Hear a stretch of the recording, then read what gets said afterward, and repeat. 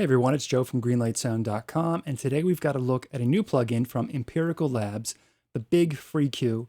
And you can think of this as the digital plugin version, big brother, of the Lil FrEQ hardware unit that Empirical Labs does make.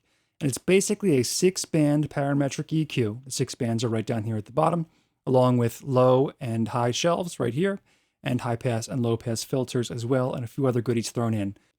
So I'm going to dive into this starting with the controls first, hearing some audio second, and we're going to start with the top controls to begin with. We have high pass filter right here, and the filters are engaged by clicking on the button. So you click on the name, and then the filter is engaged. We have a knob allowing you to sweep what frequency you want, and if you click the Q button, that's going to control the slope, and you can get some really nice resonant peaks out of that filter with that.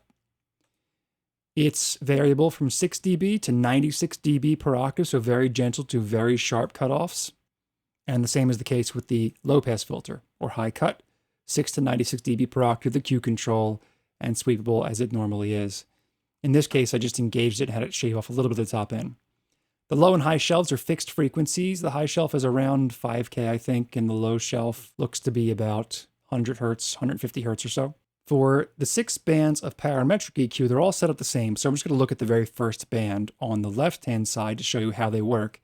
You've got a button to engage the filter or not. You've got your gain from negative to positive 15 dB of gain. If you hit the R button, a range button, that boosts it up to negative 30 or positive 30 dB of gain or attenuation, a huge amount if you want it. You can solo the band up so you can hear just what you're doing as you're messing with the one band. We've got a frequency control, and you've got this unique frequency knob, which allows you to really fine-tune plus or minus 1 octave what exactly is going on. You've got a width slider, which goes from 0.08 octaves, very narrow, to 3 octaves, very wide. And in addition to that control, you've also got a slope, so you can get some unique shapes to really steep edges around the filtering. You can text input your frequency and your gain in the bottom panel as well. And the same thing kind of applies to each of these 6 parametric bands. We can also copy and paste settings between bands, which is nice. And in the graphical display up top, I actually flip-flop these bottom two just so you could see. I'll boost this a bit. The color of the knob corresponds with the color of the frequency being boosted up in the graph, which is nice. You can see the red is in the middle here. It flip-flops, you can tell which is which. You've got a phase knob, which is always great on an EQ plugin, output control, and this really unique feature here, the finisher, which adds some nice harmonic distortion. And you've got a % of total harmonic distortion gauge right here, and your drive knob. And this one, especially if you're doing this on the master bus, I would encourage you to use oversampling, which really helps the finisher sound good. You can turn it on and off by clicking on the name. So those are the controls. Let's hear it in action. Here's a drum bus. This is all the processing that's going on. You can see exactly what's going on the screen. I'm going to bypass the plugin. Here's the drums without the EQ.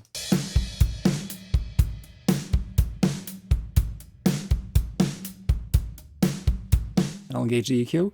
You can see what we're doing. Cutting off the very low end, doing a little bit of resonant peak there. Little boost for the meat of the snare drum, cutting out the mud in the middle. A little bit of that intelligibility of the snare and some air on top.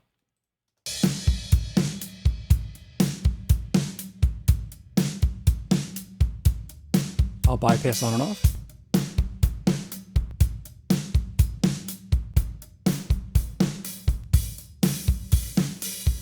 It shapes it up really nicely.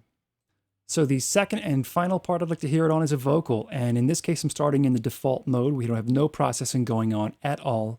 And I'm going to play the raw vocal first. Here it is. It don't mind if I stay out late.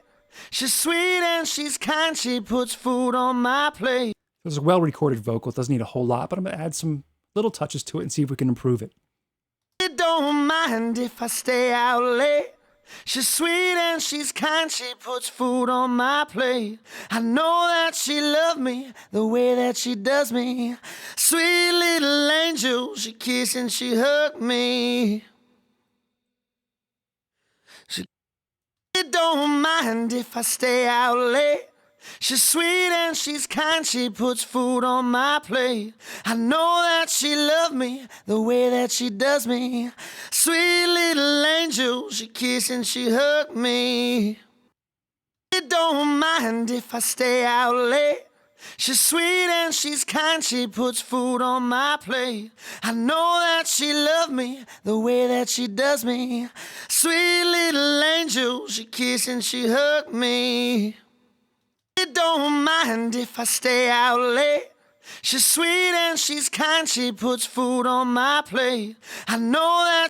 So just a tiny bit of shaving, getting that low end out, a little bit of a dip of that mud in the low mid range. In that 2 to 5K range, that's where the intelligibility comes, so a tiny little boost there. And a high shelf for some air, which I kind of counteracted by engaging the low pass filter, which shaves it down a little bit at the very extremes of the upper frequencies. Here it is without again. She don't mind if I stay out late. She's sweet and she's kind, she puts food on my plate. And with those small EQ moves. She don't mind if I stay out late. She's sweet and she's kind, she puts food on my plate. And it's a tad bright. I might bring down this high shelf a little bit, but in the context of a full mix, that'll really help it cut through. I'll bypass it on and off. You'll hear the difference. She don't mind if I stay out late. She's sweet and she's kind, she puts food on my plate. I know that she loves me the way that she does me. Sweet little angel, she kisses and she hugs. We can always pull that shelf back a little bit. She don't mind if I stay out late. She's sweet and she's kind, she puts food on my plate. And that opens up the top end nicely without getting too harsh. So there we have it, the BIG FrEQ from Empirical Labs. I really like the conjunction of the width and slope controls. You can get some really unique shapes out of this. If I pull this down, for example, you'll see if I mess with the slope here, how unique of shapes you can get with really steep slopes on the outside of the filter frequency range. So again, easy to shape sources and get a really good sound with this plugin. I highly recommend it. If you have any questions or comments, let me know in the comment section down below. Don't forget to subscribe if you haven't done so already so we can keep you in the loop as to what's coming up next, and I'll see you in the next one.